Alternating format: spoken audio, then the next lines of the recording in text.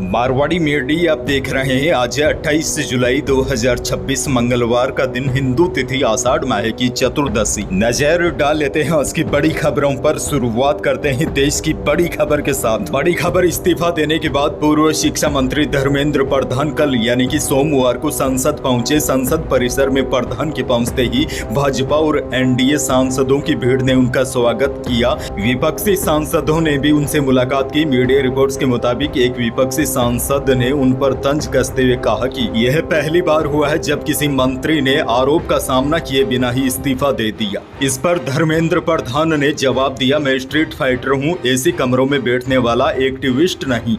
बड़ी खबर ये भी देखिए, सामाजिक कार्यकर्ता सोनम वांगचुक को सोमवार को अस्पताल से छुट्टी मिल गई। वांगचुक ने 28 जून से दिल्ली के जंतर मंतर पर परीक्षा प्रणाली में सुधार की मांग को लेकर अनशन किया था, जिसे उन्होंने 24 जुलाई को 26 दिन बाद समाप्त किया। कल वांगचुक ने कहा, मुझे अस्पताल से छुट्टी मिल गई है, मैं महात्मा गांधी को श्रद्धांजलि देने के लिए राजघाट जाऊंगा और फिर पहाड़ों में लौट जाऊंगा। एक वीडियो संदेश में उन्होंने कहा, आज वह दिन आ गया है जब मुझे अस्पताल से छुट्टी मिल गई है। अब मैं बेहतर महसूस कर रहा हूं। मैंने धीरे धीरे खाना भी शुरू कर दिया है और मेरी ताकत वापस लौट रही है। लद्दाख लौटने से पहले मैं राजघाट जाकर महात्मा गांधी को श्रद्धांजलि दूंगा।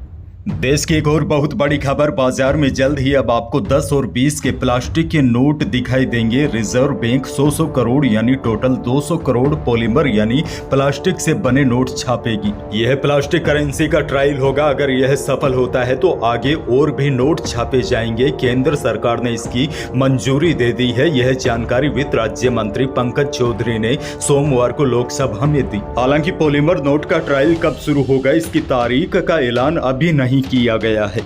बहरहाल आगे बढ़ जाते हैं। राजस्थान से बहुत बड़ी खबर। राजस्थान में 24,712 पदों पर सफाई कर्मचारियों की भर्ती निकली है। राज्य सरकार की ओर से प्रदेश की 183 नगरीय निकायों यानी कि नगर पालिका, नगर परिषद और नगर निगम में संविदा के तहत ये भर्ती निकाली गई है। यह पहला मौका है जब सरकार संविदा पर सफाई कर्मचारियों की सीधे भर्ती करने जा रही है। अब आपके लिए सबसे बड़ी जानकारी यह है, इस भर्ती के लिए 15 अगस्त से आवेदन लिए जाएंगे। आवेदन की आखिरी तारीख 28 सितंबर रखी गई है। इस भर्ती में 21 से लेकर 40 साल की उम्र के अभ्यर्थी आवेदन कर सकेंगे। आवेदन के बाद डॉक्यूमेंट की जांच होगी। इसके बाद लॉटरी के माध्यम से सफल अभ्यर्थियों का चयन किया जाएगा। आवेदन राजस्थान स्वायत्त शासन निदेशालय की वेबसाइट या SSO ID के जरिए भरे जाएंगे। और देखिए, सबसे बड़ी और खास बात यह है, इस भर्ती के लिए कोई भी शैक्षणिक योग्यता निर्धारित नहीं की गई है, यानी अनपढ़ भी इस पद के लिए आवेदन कर सकता है। जबकि अभ्यर्थी के लिए किसी भी नगरीय निकाय में 1 साल तक का सफाई कार्य का अनुभव होना जरूरी है। जयपुर में सबसे ज्यादा पदों पर भर्ती होगी। जयपुर में 4811 पदों पर भर्ती निकाली गई है, जो प्रदेश में किसी भी नगरीय निकाय में सबसे अधिक है। वहीं बीकानेर में 1084, उदयपुर में 300, अजमेर में 290, अलवर में 246, सीकर में 480, भरतपुर में 450 और जोधपुर में 890 पदों पर भर्ती होगी। खैर, आगे बढ़ेंगे। एक और बड़ी और काम की खबर, अब राजस्थान में किसान ट्रैक्टर, रोटावेटर और दूसरे कृषि यंत्र मोबाइल से बुक कर घर बैठे ही किराए पर मंगा सकेंगे। कृषि विभाग ने किसानों को किराए पर ट्रैक्टर और खेती के औजार देने वाली कंपनी टेफे की जेफॉर्म सर्विसेज के साथ हाल ही में MOU साइन किया है। यह रेंटल सर्विस पूरी तरह डिजिटल प्लेटफॉर्म पर अवेलेबल रहेगी, ताकि किसानों को कस्टमर हायर सेंटर तक नहीं जाना पड़े। खास बात यह है, इसके लिए कोई अलग से चार्ज नहीं देना पड़ेगा। केवल घंटों के हिसाब से जो किराया तय हुआ है वही लगेगा। आपको बता दूं, राज्य सरकार ने प्रदेश भर में वर्ष 2025 और 26 और 26 और 27 में कुल 1075 कस्टम हायरिंग सेंटर खोलने की स्वीकृति दी थी, जहां से किसानों को किराए पर ट्रैक्टर और कृषि यंत्र मिल सके। लेकिन अभी मात्र 200 सेंटर ही खुल पाए हैं। हालांकि धीरे धीरे इसको बढ़ा दिया जाएगा। अब देखिए, किसानों को सबसे बड़ी जानकारी दे दूं, जानते हैं यह यंत्र आपको किराए पर कैसे मिलेंगे।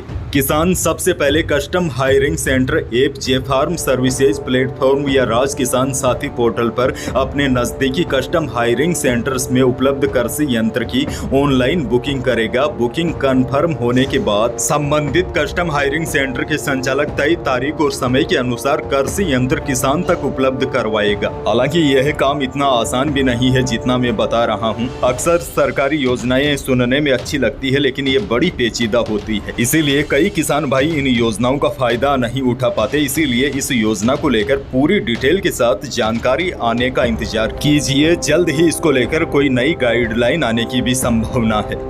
फिलहाल आगे बढ़ना होगा क्योंकि यह खबर आपके लिए बेहद ही ज्यादा काम की है। बड़ी जानकारी यह है, स्मार्टफोन पर आने वाले अनजान एपी के लिंक कितने खतरनाक हो सकते हैं। इसका सीधा उदाहरण जोधपुर ग्रामीण में देखने को मिला है। यहाँ एक शातिर ठग के जाल में फंसे बोरुंदा निवासी ओम प्रकाश को जोधपुर ग्रामीण पुलिस ने बड़ी राहत दिलाई है। पुलिस ने पीड़ित के खाते से ठगे गए 1,41,600 रुपए में से 70,600 रुपए सुरक्षित होल्ड करवा दिए हैं, जो अब कोर्ट के आदेश के बाद पीड़ित को वापस भी मिल चुके हैं। अब देखिए इस मामले में हुआ क्या था। बोरुंदा निवासी ओम प्रकाश के मोबाइल पर शातिर ठगों ने एक अनजान एपी के लिंक भेजा था। पीड़ित को झांसे में लेकर जैसे ही उस लिंक पर क्लिक करवाया गया तो उसका पूरा मोबाइल तुरंत हैक हो गया। यानी कि मोबाइल फोन का पूरा कंट्रोल ठगों के हाथ में चला गया। उन्होंने ओम प्रकाश के बैंक खाते में सेंध लगानी शुरू कर दी और पलक झपकते ही 1,41,600 रुपए पार भी कर दिए। यहाँ अच्छी बात यह रही, पीड़ित ने बिना वक्त गवाए तुरंत राष्ट्रीय साइबर हेल्पलाइन नंबर 1930 पर अपनी शिकायत दर्ज करवा दी। मामला दर्ज होते ही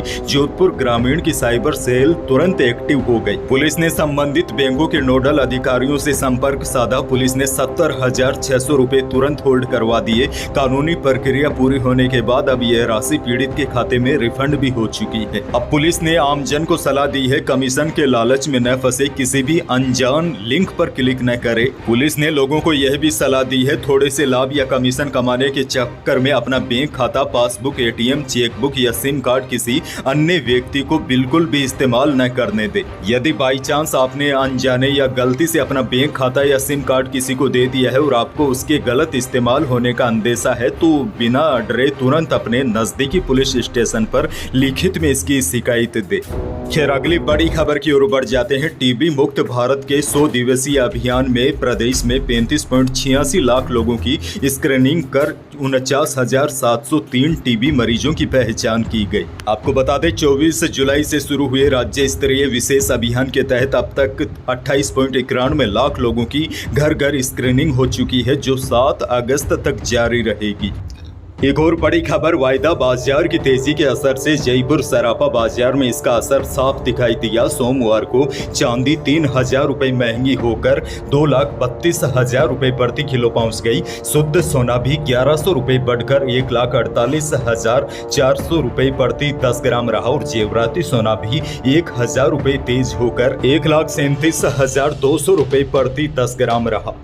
उधर अनाज मंडियों के भाव में कोई विशेष उतार चढ़ाव नहीं है। प्रदेश की प्रमुख अनाज मंडियों में औसत भाव की बात करें तो गेहूं का भाव रहा न्यूनतम 2350 से अधिकतम 2600 रुपए, सरसों का भाव रहा न्यूनतम 6200 से अधिकतम 7550 रुपए, गवार का भाव रहा न्यूनतम 5000 से अधिकतम 6000 रुपए, मूंग का भाव रहा न्यूनतम 6000 से अधिकतम 7500 रुपए, इसबगोल का भाव रहा न्यूनतम 10,000 से अधिकतम 13,000 रुपए प्रति क्विंटल। मौसम को लेकर भी बड़ी खबर है। बंगाल की खाड़ी में बने नए डिप्रेशन सिस्टम से प्रदेश में एक बार फिर मानसून एक्टिव हो गया है। सिरोही के माउंट आबू में सोमवार सुबह बारिश हुई। यहां लगातार 5 दिन से बारिश हो रही है, जिसके बाद झरने बहने लगे हैं। जयपुर जोधपुर में भी कल बारिश हुई। इधर बंगाल की खाड़ी में बने डिप्रेशन सिस्टम के असर से भरतपुर, जयपुर, कोटा, अजमेर और उदयपुर संभाग में बारिश होने की संभावना मौसम विभाग ने जताई है। मौसम विभाग ने कोटा, उदयपुर संभाग के कुछ क्षेत्रों में 29 और 30 जुलाई को भारी बारिश होने की भी संभावना जताई है। मौसम विभाग के मुताबिक इस नए सिस्टम का असर प्रदेश में 2 अगस्त तक जारी रह सकता है। आज जयपुर, सीकर, झुंझुनू, नागौर, अजमेर, टोंक, भीलवाड़ा, अलवर, दौसा, भरतपुर, धौलपुर, करौली, सवाई माधोपुर, बूंदी, कोटा, बारां, झालावाड़ समेत प्रदेश के कई जिलों में आज बारिश की संभावना है। कल और परसों प्रदेश के अधिकांश भागों में बारिश की गतिविधियों में बढ़ोतरी होने की संभावना है। अंत में एक और बहुत बड़ी और चिंताजनक खबर, दुनिया में एक और नए युद्ध की शुरुआत हो सकती है। अब देखिए बड़ी जानकारी यह है, 28 फरवरी को जब अमेरिका और ईरान के बीच जंग शुरू हुई थी तब माना जा रहा था कि इसमें ईरान के सहयोगी हूती विद्रोही भी कूद सकते हैं। अब करीब 5 महीने के बाद वही आशंका सच साबित होती दिखाई दे रही है। पिछले एक हफ्ते से हूतियों ने सऊदी अरब और रेड सी में जहाजों पर मिसाइल और ड्रोन दागने शुरू कर दिए हैं। यानी कि करीब 4 साल पहले किसी तरह टला हुआ यमन का युद्ध फिर से भड़कने की कगार पर है। तो यही थी प्रदेश और देश की आज की बड़ी और महत्वपूर्ण खबरें। वीडियो को लाइक करना बिल्कुल न भूलिए। चैनल पर नए हैं तो सब्सक्राइब जरूर कीजिए ताकि आप अपडेट रहे बड़ी और काम की खबरों से। धन्यवाद।